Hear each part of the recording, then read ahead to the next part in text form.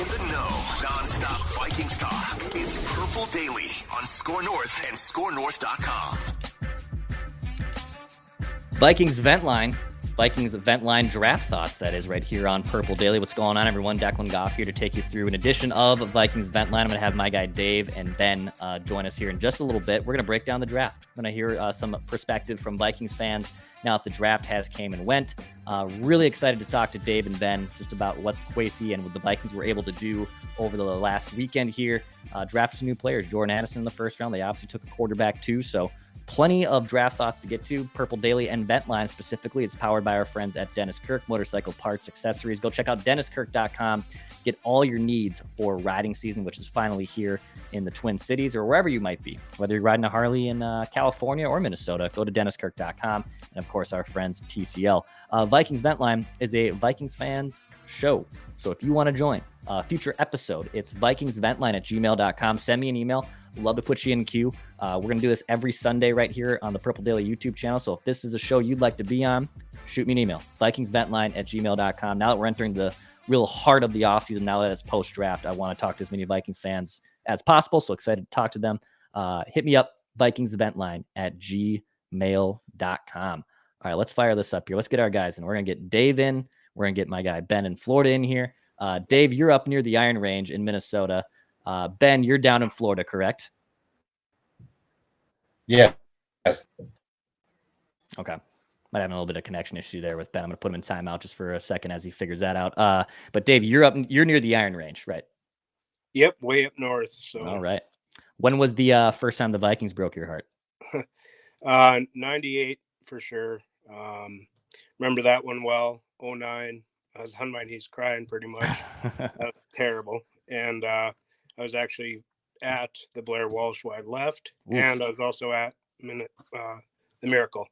So wow, okay. Kind of vast array of heartbreaks. And absolutely, dude. Successes.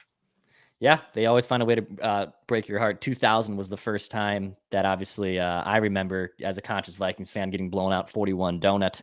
And yeah, 09 I wasn't necessarily that stunk, but I was just so like remotely quiet, if that makes sense. Like I was just watching that unfold. I wasn't screaming. I wasn't throwing anything against the TV necessarily. It was just frustrating to watch that one happen. Very. All right, let's try one more time here. Ben, you got us okay now? Yes. Yes. Is that much better? Much better, sir. Thank you. Yeah, I'm not sure what was going on. No big deal. Ben, you're down in Florida. You've been a frequent guest on Vikings Vent Line, so happy to have you back on, my man. Yeah, no problem. Thank you so much for having me on. Of course. All right, boys, let's get into it. The Vikings obviously made their draft picks over the weekend. I just want to have a broad conversation of what you liked, what you didn't like. Obviously, Jordan Addison going to the Vikings at pick 23. So let's just start there.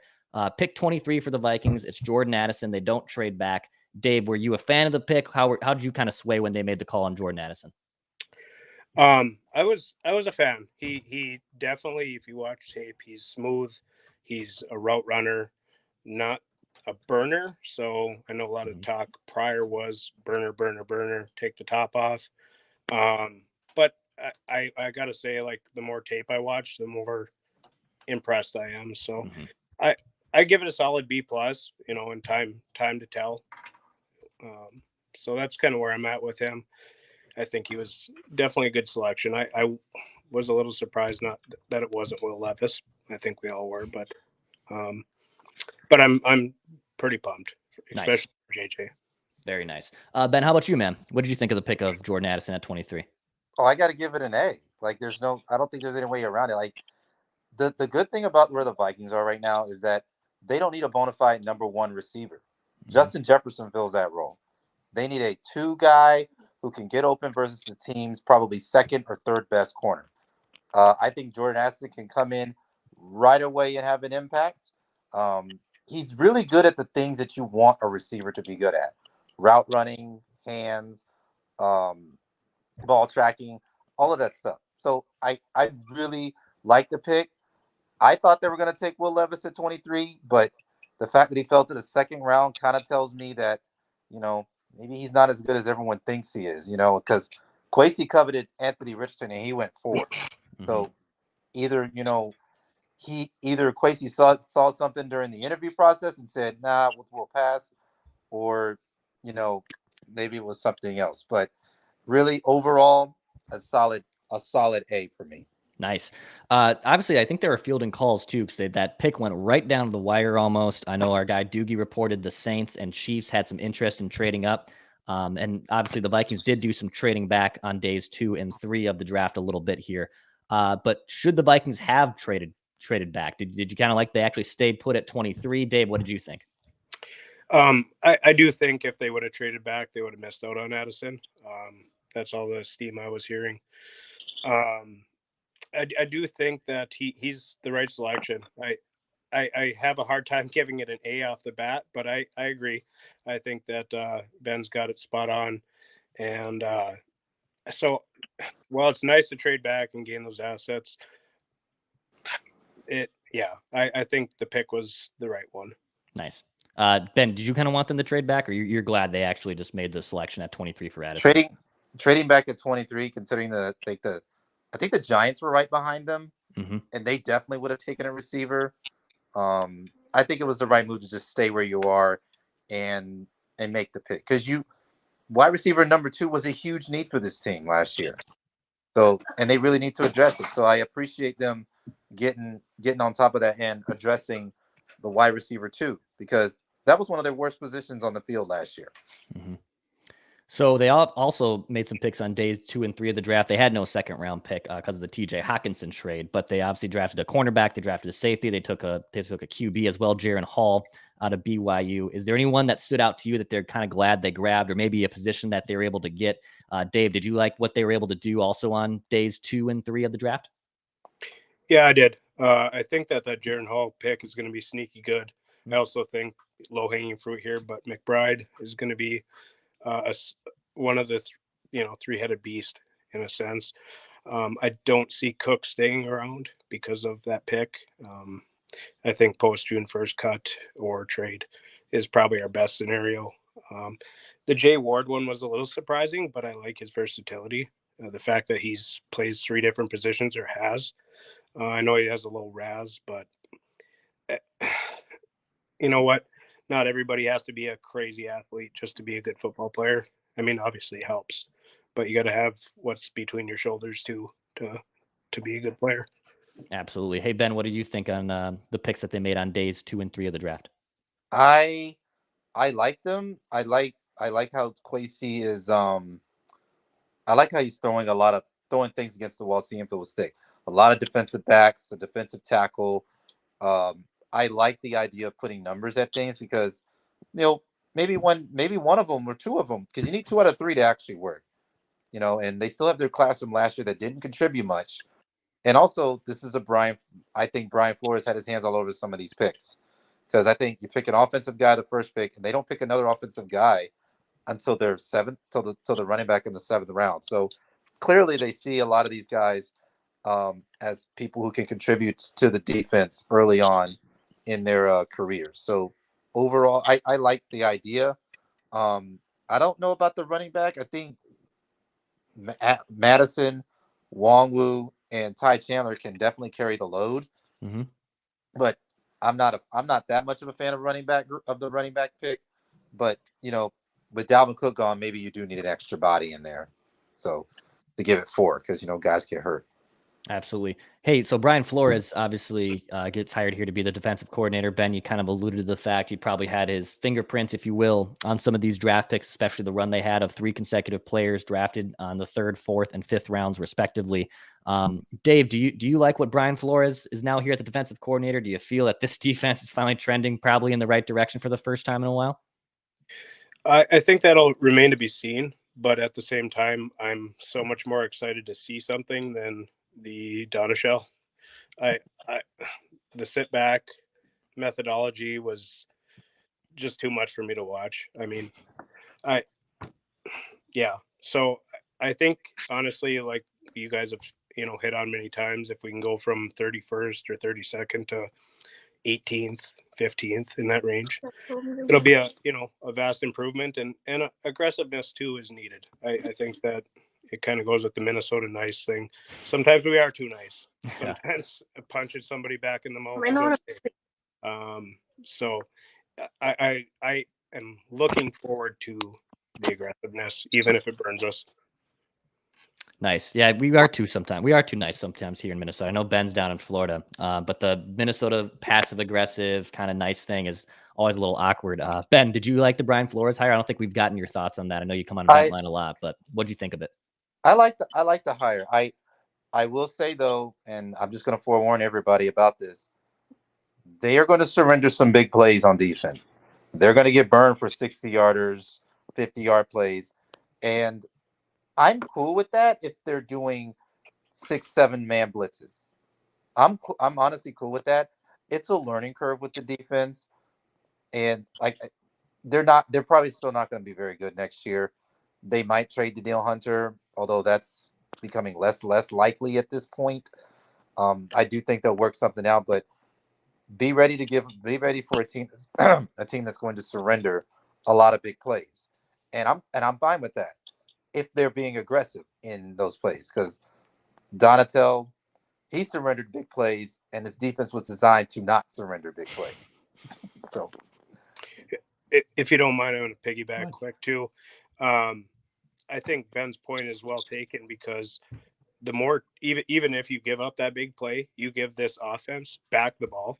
Now, obviously, you don't want to play catch up, but if you can play from ahead or even shot for shot, this offense is tricked up. So I think, and again, don't want to see any big plays, but if they have to happen, they have to happen. I'd rather go down swinging. Absolutely. Boys, let's talk a little bit about this Jalen Hall pick that they made, or Jaren Hall, excuse me, that they made from BYU. So a 5th-round flyer and a quarterback.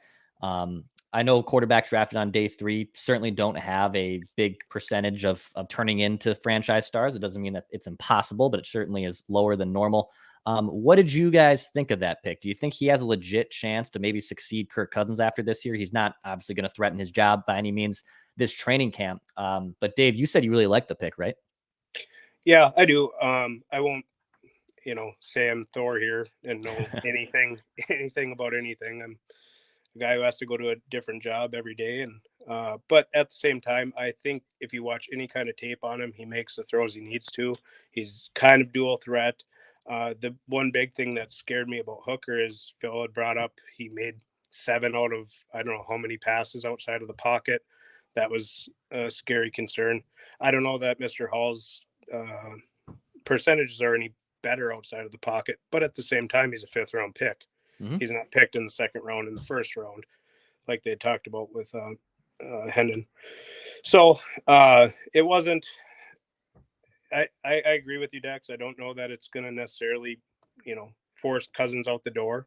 I had been kind of on board for trading for Trey Lance, but this guy seems to do a lot of the same stuff. Plus, he's actually older, I believe, than Mr. Lance. So, yeah.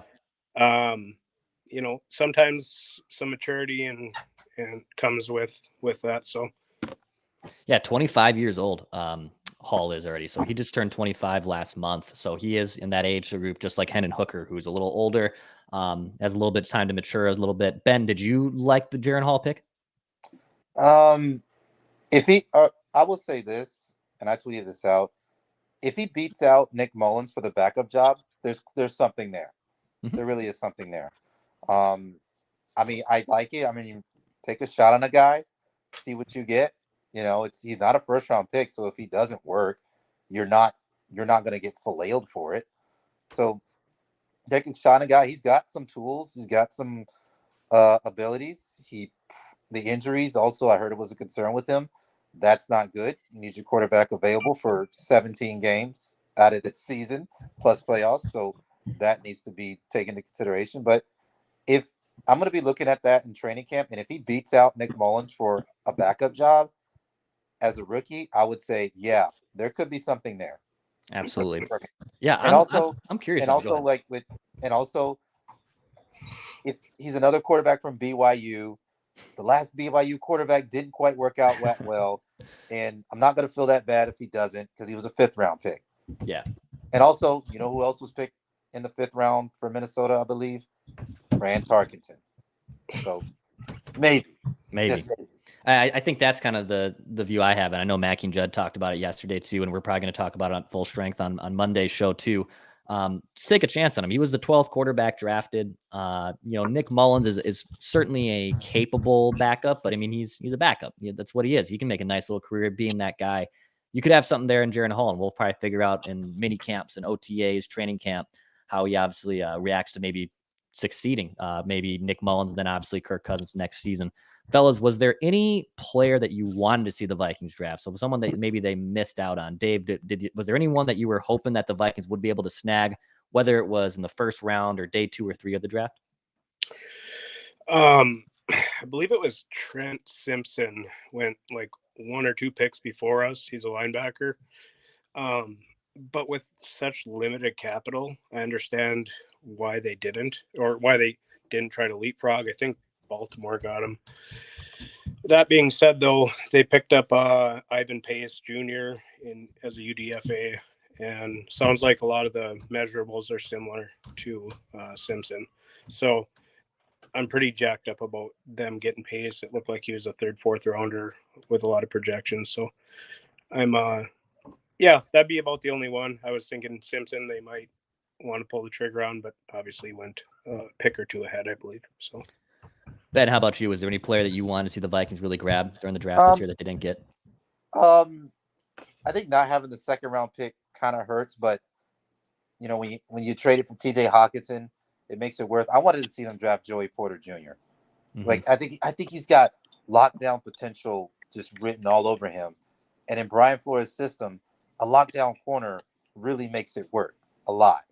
So Joey Porter Jr. Was my guy. He's got the length. He's got the man coverage, statistics to back it up. So, but again, I totally trading for TJ Hawkinson was an A+ move for Kwesi. Mm-hmm. So I totally get not having that 2nd round pick. But if they had that 2nd round pick, Joey Porter Jr. was my guy. Yeah, I mean, obviously, I think most fans would do that trade again, the trade for TJ Hawkinson. He's on the upper echelon of tight ends, and I still don't know if he's cracked his true ceiling. And he's a proven commodity. 2nd round picks are 2nd round picks. They're flyers, right? Like, it could just be an absolute bust. So if you can trade one of those for a pretty established, really good core piece of your offense and TJ, I love that thought too. Hey, last thing on Jordan Addison too, and I believe both you guys made this point. A lot of times when you're drafting the 1st round for a wide receiver, right, you're asking that guy to be the number 1 dude. And there's probably a case to be made that Addison might be the 3rd option in this offense, right? Like behind Jefferson, behind Hawkinson. I know KJ Osborne's a solid number 3 receiver too, but there's a legit case that your 1st round pick isn't going to have to be Superman, right? He just has to be a nice little piece of this offense. And I personally feel like Addison is in like the perfect situation here because he's not going to be asked to do out of his skis. I don't know what you guys think about that, but that's kind of how I looked at the pick with Addison. I'd add to that, Dex. I think that too in O'Connell's offense, you look at like chess pieces, and he's played slot, he's played outside, as far as I understand. Now he motioned him to the other side. You get obviously JJ's number 1, like you mentioned, but I agree with that 100%. And then you could split out TJ. It's going to put a lot of pressure on any defense. Absolutely. Ben, how about you, man? Did you really like the pick too? I really did. I think an underrated part that he can be used in is that he's got a lot of twitchiness. You could give it to him on an end around. You could give it to him out of the backfield. Like, there's so many things you can line him up all over the formations in the offense. And with his route running, you can even motion him out of the backfield. There's even so much more that you can do with a guy like that. Because yes, Jefferson's going to draw the attention. So why not put more pressure on the defense by telling them, hey, we have a guy, we can throw it to him, we can hand it to him. We got another guy that can do a whole lot for our offense. So that's one of the reasons I really like it. I think he's got a lot of twitchiness to him, even though he's, according to his RAS score, is not really the greatest of athletes. Absolutely. Fellas, last thoughts here on the Vikings draft class, or maybe even, now that the draft is over and we're kind of looking ahead, waiting for the season to start. I know the schedule's coming out here in just a couple weeks too, so we'll know the dates of the opponents that the Vikings will be facing too. Last thoughts before we wrap up here on Vikings Vent Line. So last thoughts, I think another another thing that most fans probably don't look into, but the UDFAs that they signed, I think they got some good ones. I know they're all flyers.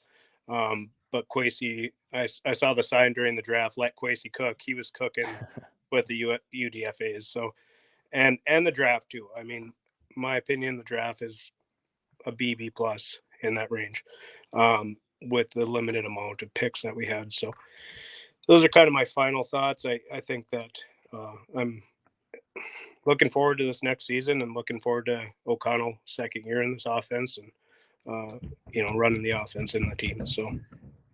Absolutely. Ben, how about you? Last thoughts, man? I really appreciate him not trading with division rivals. The 49ers trade kind of got everybody's eyes open. Like, oh, is he doing it? No, he's just trading a draft pick. But I really appreciate not the trading division rivals. Way better maneuvering of the draft this year than he did last year. So again, I really like all the picks. I don't have an issue with them, all of them. And I think as far as this year, I know they have a much tougher schedule, but this is going to be a transition year. Personally, they may win 9-10 games, and see what happens. Absolutely. Dave, Ben, thank you so much for coming on Vikings Event Line, guys. I appreciate it. We'll have to get you on again, of course. So appreciate you two dudes coming on Vikings Event Line. And if anyone wants to come on this show on future episodes, hit me up. It's vikingsventline@gmail.com if you want to join the show. Mackie, Judd, and myself back at full strength on Monday to also break down this draft class in depthly. And of course, Purple Daily on draft with Thor Nystrom, Tyler Fornes, and yours truly. We'll have that out for you. So plenty of more draft coverage coming at you right here on Purple Daily. So hit that subscribe button. We just want to see the Vikings win a Super Bowl before we die.